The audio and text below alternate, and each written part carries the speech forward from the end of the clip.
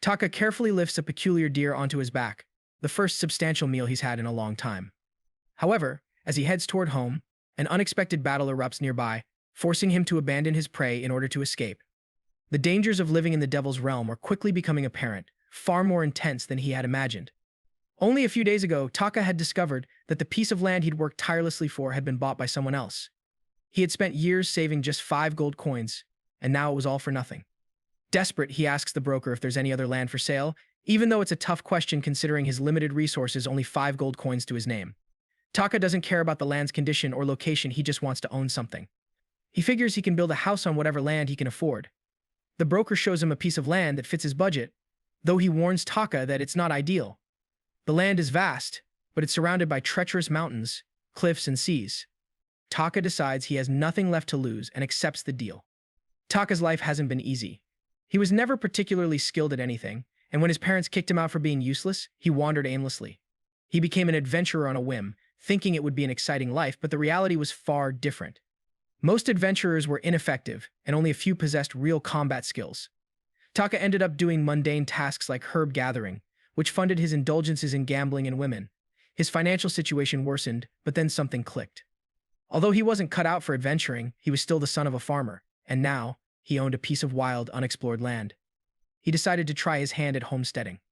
As he travels to his new property, Taka is stopped by 2 guards from the Kingdom of Estonia when they learn that he's bought land in the infamous demonic realm. They ask to see his adventurer's card, which details his name and rank.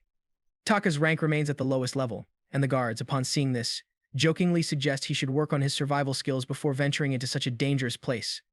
Despite their comments, Taka proceeds into the demonic realm, beginning to map the area. Not long after, he stumbles upon a wild bear in a violent struggle with a Visa hornet. Taka knows he stands no chance against either creature, but watches as the bear tears through the hornet.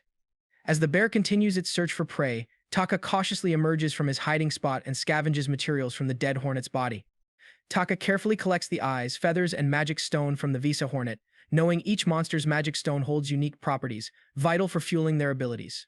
Unlike monsters, humans draw their magic from nature. Taka is aware that the magic stone from the hornet is rumored to have a poisonous effect, but the stinger is nowhere to be found. He tracks down the bear from earlier and, as expected, discovers the stinger embedded within it. Taka skins the bear, claiming its meat, fur, and magic stone, which gives him a much-needed boost to continue his journey. After 3 more days of travel, Taka finally reaches his land. As he wades through a river, his leg is suddenly caught by something slimy. He kicks his leg free and discovers a slime lurking beneath the water.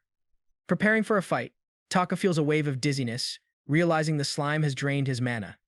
He tries to strike the creature's core but misses, and his hoe dissolves in the slime's acidic touch. With no choice left, Taka grabs the bear's fur, wrapping it around the slime to protect himself, and stabs it with his knife. After a struggle, he scores a lucky hit, causing the slime to deflate, though not before it spits water into his face. Though he loses the bear's pelt, he manages to collect a slime stone.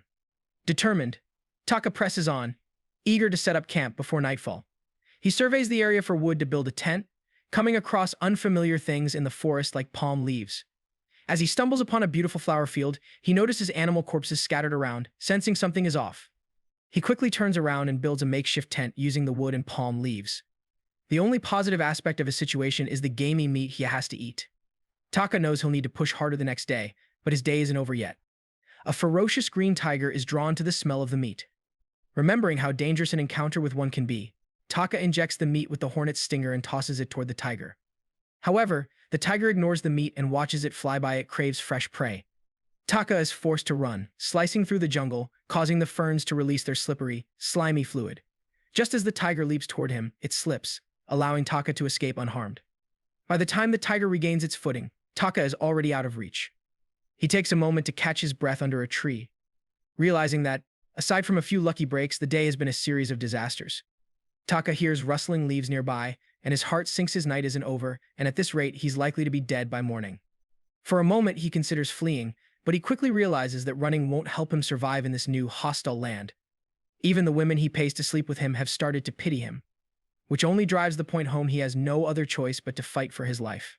He decides to stand his ground and make this wilderness his home. Taka finds the tiger again and lures it with raw meat into the flower field.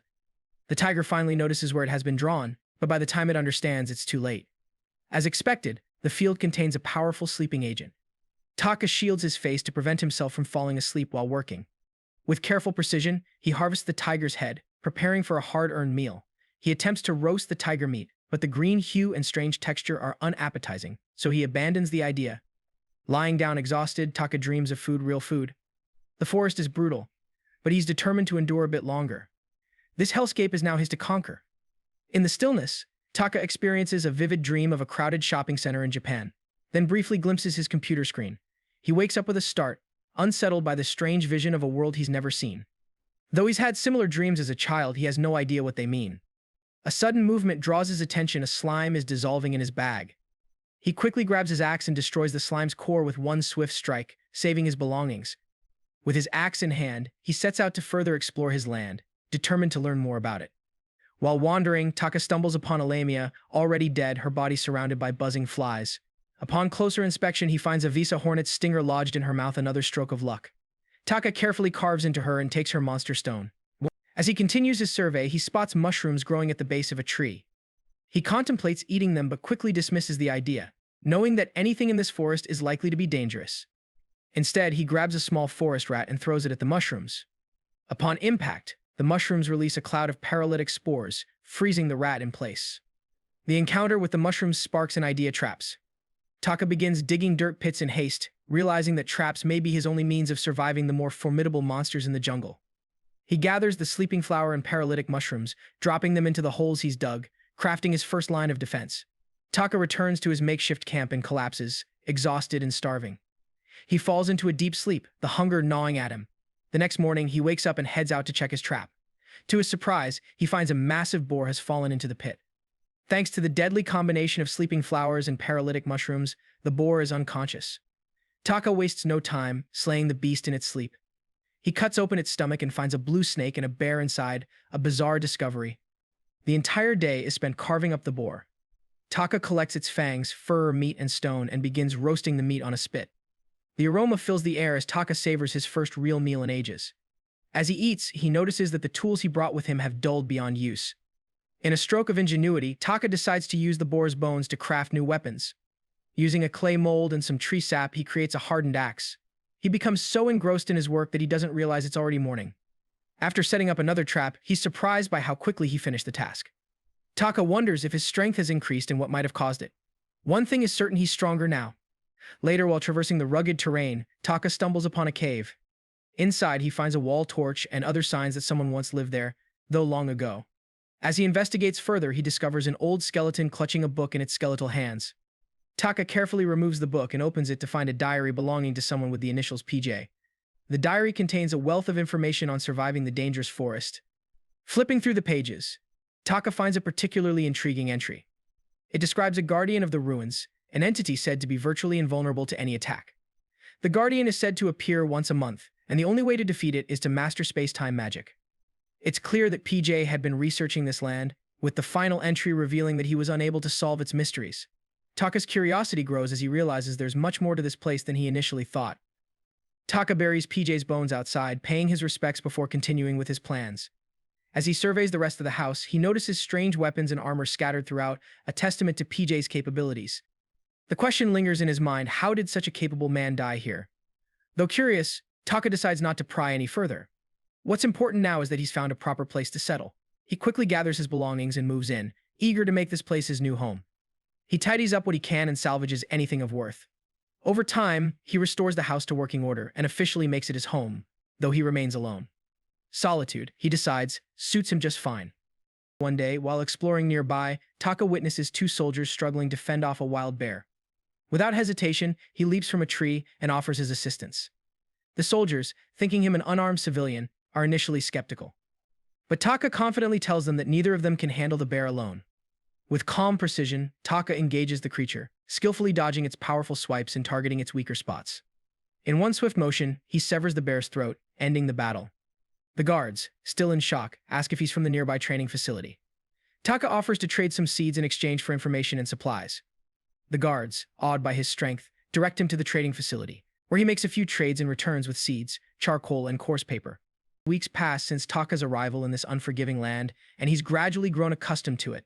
However, he realizes that he still needs to map out the area to avoid getting lost. Taka reflects on the soldier's surprise at his strength and wonders when he became so capable. He attributes it to the harshness of this land, which has forced him to survive. Looking at his reflection in the water, he finally acknowledges something he'd been putting off. He hasn't had a proper bath since arriving. He heads to the river to wash up, shaving off his unruly stubble. Refreshed, he returns to his farm, only to lose his balance when a gigantic tortoise approaches. Frustrated, Taka tries to shoo it away with his hoe, but the tortoise retaliates by flinging him into a mud pit. Annoyed, Taka storms back, attacking the creature once more. This time, the tortoise's foot becomes stuck in the swamp, causing it to tumble over, helpless. Taka takes advantage of the situation, turning the tortoise into a hearty meal. As he enjoys his meal, he recalls an entry from PJ's notebook, where he learns that the tortoise is a hazed turtle, a weak but peaceful creature. Taka feels no guilt, knowing it was necessary for his survival. Taka's next plan is to explore the nearby coastal area. With all the meat he's gathered, he realizes he doesn't have enough salt to preserve it. He heads to the coastline, making sure to map the area along the way. When he finally reaches the sea, he focuses on gathering salt. However, as he surveys the beach, he spots something far more valuable than salt: a woman washed up on the shore.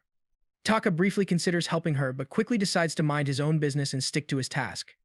Still, the thought lingers that he'll need to defend his territory from invaders while filtering salt from the seawater. Eventually, Taka changes his mind and decides to help her. After gathering medicinal herbs, he grinds them into a fine juice and feeds it to the woman as the sun sets. His next concern is securing food, so he catches a giza crab and roasts it over the fire. The woman, now conscious, immediately fixates on the crab in Taka's hands. He offers her a bite, and she eagerly accepts. As she devours the crab, Taka explains that she is now in his territory. However, she doesn't seem to understand his language and instead introduces herself as Mako. She gives him the name Shur. Mako decides not to correct her, as it would be troublesome, and accepts her name. Afterward, Shur shakes the crab leg in hopes of getting more food, but Mako informs her that there are no more crabs. Shur seems disappointed, and Mako, feeling a sense of responsibility, asks her how she ended up on the beach. Shur draws in the sand to recount her story, and Mako concludes that she escaped some conflict among demons. Curious about what Mako is doing, Shur shows interest when he explains that he's making salt. To Mako's surprise, Shur uses magic to intensify the fire. Panicked, Mako gestures for her to lower the heat, relying on intuition to communicate. Realizing that Shur is willing to watch the fire for him, Mako cautiously agrees to let her help. He wonders if this could be a way to learn magic in exchange for her assistance, possibly as a form of rent. The next morning, Mako wakes up to find a chair attached to his back. He laughs to himself, realizing that with Shur's help, he could get a lot more done. He asks her to follow him back to his house, but adds that in the long run, he'll still send her back to where she came from. Shur agrees and follows Mako back to his home, though Mako notices her lack of stamina and fighting skills. It reminds him of his old self. When they arrive at Mako's home, Shur is amazed by the civilized environment. She excitedly chants, "I'm home." "I'm home," as Mako shows her around the house. He teaches her how to use various tools, but before long, she falls asleep from exhaustion. Mako doesn't blame Shur. She's had a long day. He brought her here on a whim, thinking she'd be useful, but now she seems more of a burden. He knows that harboring a demon in his home could get him arrested, and the weight of this thought makes him uneasy. Mako stares at Shur, lying peacefully asleep. As much as he's unsure, he knows he can't keep her here. He reaches out to wake her, but as his hand hovers over her, he hears Shur mumble his name in her sleep. Mako slowly backs away, realizing that he and Shur are in the same situation. They're both lost, alone, and have nowhere to go. Instead of sending her away, he places a blanket over her and decides to live peacefully with her from that day on. Shur joins Mako on another expedition, but it quickly becomes clear that she's not cut out for this kind of life. She tires easily, and her slow pace makes it difficult to move through the forest. Her lack of combat ability becomes a huge hindrance, leaving Mako frustrated. Determined to help her become more useful, he decides to train her. First, Mako tells Shur to catch as many forest rats as she can. She spends most of the morning chasing them, but can only manage to grab a single rat tail. Unsatisfied with this, Mako moves on to combat training. Shur closes her eyes while haphazardly casting fireballs, which only result in her missing the target, a large noosed monkey. Mako advises her to keep her eyes open and focus on the target, but Shur is too nervous and unable to land a hit. In the end, her overwhelming number of fireballs hits the monkey anyway. While Shur is proud of herself, Mako can't help but feel annoyed. It took them all afternoon just to deal with one emerald monkey, and he ends up carrying her home out of frustration. Once home, Mako takes Shur to a campsite for the night.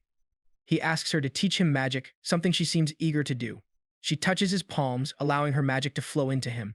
Mako feels a warm sensation spread through his fingers, a strange but pleasant feeling. However, Shur suddenly frowns, scolding him for something he doesn't understand. She strikes a large raya flower and draws on the ground, explaining that Mako has a large reserve of magic power. Mako guesses that his magic power must have increased along with his natural strength, and he never noticed because he didn't use magic in combat. While he's aware of some simple light magic, all he can manage is a small spark. Shur explains that magic is all about visualization, but it's not as easy as it sounds. Mako tries to visualize a flame in his hand, and after a few minutes he manages to conjure one. Though it's possible, Mako dislikes how long it took. It's not ideal for battle. The next morning, Mako decides to hunt as many monsters as possible for training before they return home. He declares that they'll take the cliff route, but Shur looks concerned. Mako suggests to Shur that she use wind magic to fly up, but if she can't, she'll have to climb on her own. As they prepare for the climb, Mako hears Shur screaming his name. He turns around just in time to see her being chased by a giant moth. Mako seizes the opportunity to turn this into a training session. He instructs her to fight it, but Shur is too slow. She turns around to throw a fireball, only for the moth to release a paralyzing powder that renders her immobile. Mako quickly steps in. He grabs a sharp stick and throws it at the moth, taking it down. Afterward, Mako rushes over to Shur to make sure she's okay. Weakly, she points to the moth's stone and gives him vague instructions on how to attach it to a branch. Mako follows her directions and crafts a staff with paralysis effects. When Shur takes hold of the staff, her paralysis is cured. With the new staff in hand, Shur now has no trouble dealing with Vespa hornets. Her paralysis fire combo takes out the monsters quickly, and she finally starts feeling confident in her abilities. Over the next few days, Mako and Shur use the same combo to hunt monsters. The simple spell is proving to be highly effective, and Mako is pleased with their progress. They've surveyed the area extensively, and their movements have improved. One day, Shur alerts Mako to the presence of some imps gathered around a tree, seemingly having a weekly book club. Shur wants to attack them, but Mako tells her to ignore the imps, as there are too many of them. However, Shur ignores his orders and paralyzes the imps. As the imps fall, the tree they were standing on suddenly wakes up. Mako realizes they were sitting on the tree the entire time. The tree's ancient roots begin to stir, digging up the earth around it. Shur instinctively throws a fireball at the tree, but despite the attack being super effective, the tree isn't fazed. Mako pulls Shur away, realizing that this is an opponent they can't defeat. The tree's roots chase them down relentlessly, nearly grabbing them several times. Shur closes her eyes and mumbles gibberish, but the tree is unfazed by her attempts. The roots are getting more aggressive, and Mako pushes himself to the limit, trying to escape. Just as things seem hopeless, Mako has a brief vision of his past life. In that moment, he gains an unexpected surge of power and manages to vault over an entire cliff. He doesn't even realize what he's done until he lands on the other side, the momentum from his jump causing him to roll forward. Mako and Shur make it to the edge of the cliff, looking back to see the tree retreating in indignation. Mako turns to Shur, asking if she did that with her magic, but she shakes her head and points back at him. Mako wonders if that mysterious energy he felt in his vision played a role in what happened. Shur uses healing magic on Mako's injuries, and he asks her how to use recovery magic. She explains that simply healing magic is all about feeling the magic inside, rather than relying on complicated incantations. Mako is still struggling to fully understand Shur's magic. Frustrated, he enhances his dagger by cloaking it in fire, but he overdoes it and ends up dropping the weapon. He had hoped to create a makeshift magic sword, but burning coconut resin causes it to melt. Since the incident with the tree, Mako has made several weapons, but none of the magic he infused into them gave him the same feeling of power that he had experienced before. As Shur approaches to call him for lunch, Mako, in a fit of frustration, cloaks his fist in magic and shatters the ground. Shur starts rambling on about something, but Mako, lost in his thoughts, doesn't understand her and assumes he's discovered something amazing about magic. They head back to their home, and Mako soon realizes that Shur's lunch is a strange mix of slabs of raw meat and a few berries. It's inedible, and Mako tells her as much. He decides to take charge and shows Shur how to bake bread from scratch. She eagerly eats the flaky, strange bread and seems to enjoy it. Mako is pleased that she likes it, but he knows that eventually he'll need to send her home, even though she's been a massive help around his fields. Later, Mako and Shur go outside to chop wood. Mako tries using his resin axe, but the process is slow. He recalls that he has another weapon stored in the cave, one of PJ's old weapons.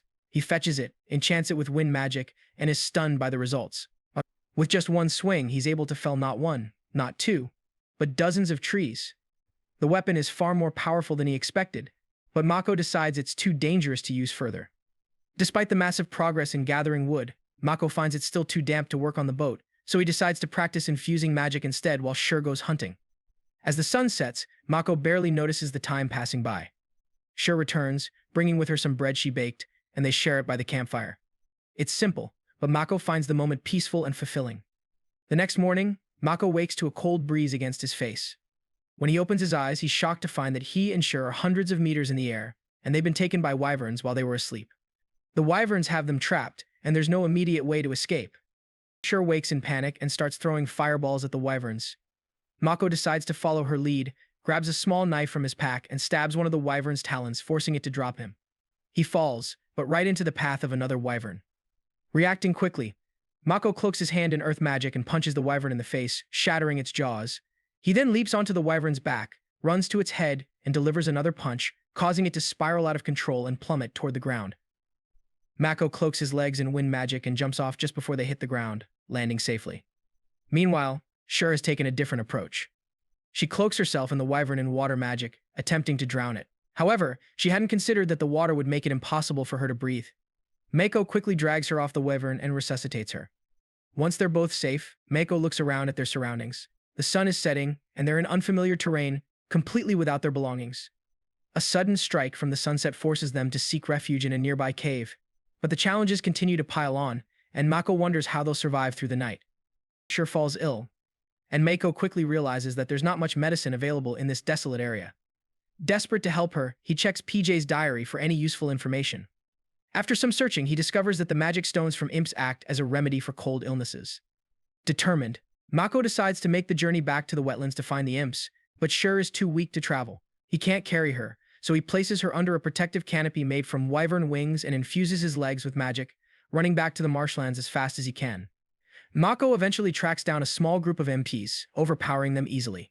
He retrieves some of their magic stones, but as he's about to leave, he remembers a crucial detail: these imps are under the protection of a trant.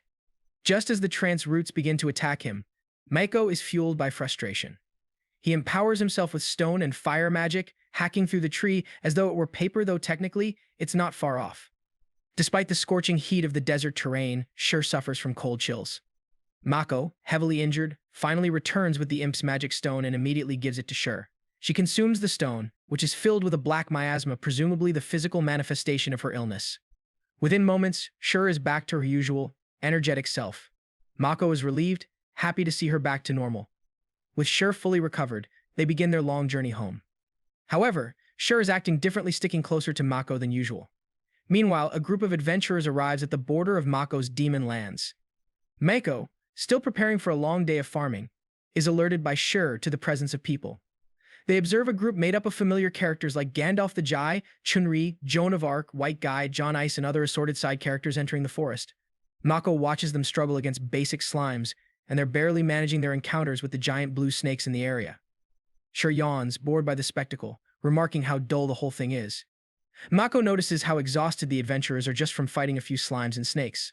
Half of them are running low on magic, and they don't seem prepared for the dangers of the forest. Sensing an opportunity to intervene, Mako approaches them as the land's landlord and asks what they're doing there. The leader of the group, who introduces themselves as White Lightning, seems offended by Mako's inquiry, but Mako is only concerned for their safety. He tells them that if they can't handle slimes, they're best off leaving the area. Suddenly, a large frog dragon appears, causing the entirety of White Lightning to flee in panic. However, Sure notices that they've left behind something important: their unconscious cleric. Mako realizes this could turn into more trouble than he anticipated. He takes the cleric back to his cave. He was planning to go to a nearby outpost to do some trading anyway, so he decides to bring the cleric along. Sure is eager to go, but Mako warns her to cover her horns just in case, before strapping the cleric to their bartering goods. When they arrive at the outpost, Mako is greeted by his usual client, who is surprised to see that Mako has a guest with him. As Mako goes over the usual trade deals, he asks his client to take in the cleric he saved in the demon lands. The outpost captain is particularly intrigued by one of the swords Mako crafted, made using a tiger's fang, and the makeshift staves Mako created with monster stones. Mako is confident these are valuable items, so he requests metal, weapon crafting tools, and some women's clothing. Additionally, he asks for a spell book on space-time magic. The outpost captain expresses doubt that such a book exists, and if it does, it would be very expensive. He also warns Mako about the prevalence of counterfeits, suggesting that if Mako wants an authentic one, he should head to the capital city himself. Mako thanks him for the advice and prepares for the next step of his journey. The next day, Mako decides to spend his time searching for the ruins described in PJ's journal. However, the journal doesn't provide the exact location, leaving Mako to rely on his own instincts. He examines the map of the demon lands he has drawn and concludes that their best chance of finding the ruins is to head south, sneaking past giant centipedes and monster choppers. After navigating through the dense forest, Mako and Shur unexpectedly find themselves in a desert, though they had only walked through a forest moments earlier. The searing heat of the grainy dunes stretches out before them, with nothing in sight but endless sand. Suddenly, a massive roar shakes the ground as a creature emerges from beneath the sand. Mako flips through PJ's journal and discovers that this enormous monster is considered one of the weaker ones. Mako can hardly believe it, struggling to comprehend how such a massive creature could be categorized as weak. He and Shur immediately start running, but they don't get far. Mako draws his magic-infused sword, attempting to strike down the creature, but all he manages is a minor cut. Realizing that they're no match for the monster, Mako and Shur flee back into the safety of the forest, where they can finally catch their breath. Mako, still baffled by the encounter, wonders what exactly made the sandworm weak, as described in the journal. He studies PJ's notes again and uncovers a weapon he had overlooked, a magic circle. Mako, eager to try it out, draws the circle, infusing it with magic. The circle explodes in a burst of energy, but after regaining his composure, Mako tries again, this time successfully creating a form of space-time magic. Upon closer inspection, Mako realizes that these magic circles appear throughout PJ's belongings, which only adds to the mystery. PJ was clearly a skilled and powerful individual, so Mako wonders why he died in obscurity, lost in some jungle. It's a question that gnaws at Mako's mind. The following day, Mako decides to return to the desert for another attempt, determined to face the monster again. However, before leaving, he stops by the river to collect some water. As he's preparing to go, Shur taps his shoulder and points into the distance. The woman Mako saved a few days ago, the cleric, is standing nearby. Mako approaches her, asking what she wants. She introduces herself as Jennifer Vauve and reveals that she has left White Lightning. She expresses a desire to join Mako, offering her healing magic and her skills in managing party items. Despite her insistence, Mako remains firm and declines her offer, explaining that he already has all the manpower he needs. Jennifer, undeterred, continues to boast about her abilities, but Mako continues to reject her, keeping his focus on the task ahead. Jennifer reveals that she's from the north, becoming increasingly desperate to join Mako. Mako quickly realizes she didn't leave White Lightning voluntarily, she was fired. Jennifer denies this, but the truth is obvious from her expression. Mako asserts that they are still in his territory, and without understanding her real intentions, he can't allow her to stay. Jennifer admits that her party thought she was no longer needed, but Mako doesn't see how this is his problem. He advises her to go elsewhere, anywhere is better than here. Ignoring Mako's advice, Jennifer stubbornly claims that this land is her promised land, a place where she won't be betrayed by anyone. Mako, irritated by her persistence, finally relents but sets two conditions: she must pay rent, and she must not overreact to every monster they encounter. While Jennifer readily agrees to the rent, the second condition proves more challenging. Her fear of monsters, especially the dangerous ones in the area, causes constant problems. Mako realizes it might be troublesome if she gets herself killed due to her panic, so he reluctantly allows her to stay a bit longer before making a final decision. One day, Jennifer bursts into the room, warning Mako that there's a demon nearby. Shur walks in casually, holding a plate of bread, completely unfazed. Mako grabs some bread and heads to the fields, ignoring Jennifer's warning. Jennifer follows, trying to convince him that Shur is dangerous, but Mako isn't worried. Shur may be an idiot, but she's a good person. Jennifer, however, sees Shur as an enemy and warns that if the guards learn of this, Mako will be taken away. Mako raises an eyebrow, unimpressed, pointing out that the war ended years ago and there's no need to worry about guards. Mako then demonstrates some of the magic Shur has been teaching him, a display of his new abilities. He tells Jennifer that if she can't pay rent, she can't stay. Jennifer, with a mix of pride and desperation, offers to pay him gold coins a month. Mako tries to play it cool, though he's secretly surprised by the amount, as it's more than he's ever had in his life. Jennifer hands Mako a check for the gold coins, explaining that checks are a normal form of payment in the capital, and he simply needs to visit a money changer to cash them in. Mako points out that they're not in the capital, and no money changers come through this area. At this point, Jennifer is willing to do any work to stay, expressing a desire to grow stronger in this harsh environment so she can take revenge on White Lightning. Mako is unnerved by her vengeful goals, but he remains firm. He tells her she has to leave, not willing to let her stay under these conditions any longer. Jennifer nervously asks if she said something rude, and Mako replies that he's figured out why she was kicked out. She refuses to listen to others and becomes angry when things don't go her way. He adds that things rarely go her way here, and despite nearly everything going Mako's way, Jennifer's inability to accept the harsh realities of the demon lands makes her unfit for this place. Begrudgingly, Jennifer grabs her things and leaves. Mako feels justified in his decision. There's no room for revenge in this unforgiving land, The next day, Mako and Shur prepare for their expedition back to the desert. Mako feels ready for the challenge, having everything he needs for success: a leaf bird for scouting and a homing bird to guide them back home. But just before they leave, Shur notices a body lying nearby. Mako discovers that it's Jennifer, washed up by the rocks. She's alive, but barely, and Mako reluctantly takes her back to his house. He doesn't want to delay the desert trip, so he heads out, hoping Jennifer will leave once she wakes up. Arriving in the desert, Mako and Shur encounter the sandworm once more. This time, Mako is ready. He uses wind magic infused with PJ's magic principles and effortlessly rips the sandworm apart. He now understands why PJ considered the sandworm one of the weaker monsters. According to PJ's journal, most of the desert monsters are weak, though Mako is cautioned about poisonous plants. However, he doesn't see any nearby. They press on through the harsh dunes, the sun relentlessly beating down on them. As they continue, Mako and Shur notice something unusual in the sky. Initially, Shur thinks it's a bird, but upon closer inspection, Mako realizes it's an island chained to the ground. This must be the ruins PJ described in his journal. Excited, Mako rushes toward the island and notices the strange material of the chains that hold it in place. As they begin climbing the chains, Mako quickly realizes this will be harder than he anticipated. Despite thinking he was strong enough, the long climb proves troublesome. Shur tries to use magic to make the climb easier, but her attempt backfires, revealing that the chains are made from a unique metal that resists magic. Mako wonders who could have created such chains but focuses on the climb for now. After what seems like hours, they reach the top and find themselves on the floating island. There, they discover a ruined town, overgrown with vegetation. As they explore, Mako and Shur find evidence that a civilization once thrived here, yet there are no bones or signs of conflict. It's as though the people simply vanished into thin air. In their exploration, they come across a grave site, where one of the headstones marks the resting place of a Peter Jefferson. Shur immediately connects the dots. This is the same PJ from the journal. But if Peter Jefferson is buried here, who then was the skeleton they found in the cave? Mako doesn't know the answer, and as the sun sets, they set up camp for the night. The mystery of the ruins continues to deepen, leaving Mako with even more questions to ponder. The cold is unbearable for Mako, so he asks Shur if they can hug to warm up. Shur, without hesitation, agrees, and they share a moment of warmth. Afterward, they return to the ruins but find nothing of interest, so they decide to head back home using the leaf bird. Mako, covered in rough, irritating sand, can't wait to be rid of it. Once back, Mako and Shur snack on some bread to rest, but Mako soon realizes something else: Jennifer is still there. Her body is still badly injured. Shur quickly uses healing magic to mend her wounds. Mako, annoyed, asks Jennifer why she's still here. She explains that she tried to leave, but the monsters in the forest kept forcing her to run back. She had exhausted her magic healing herself, leaving her with no choice but to stay.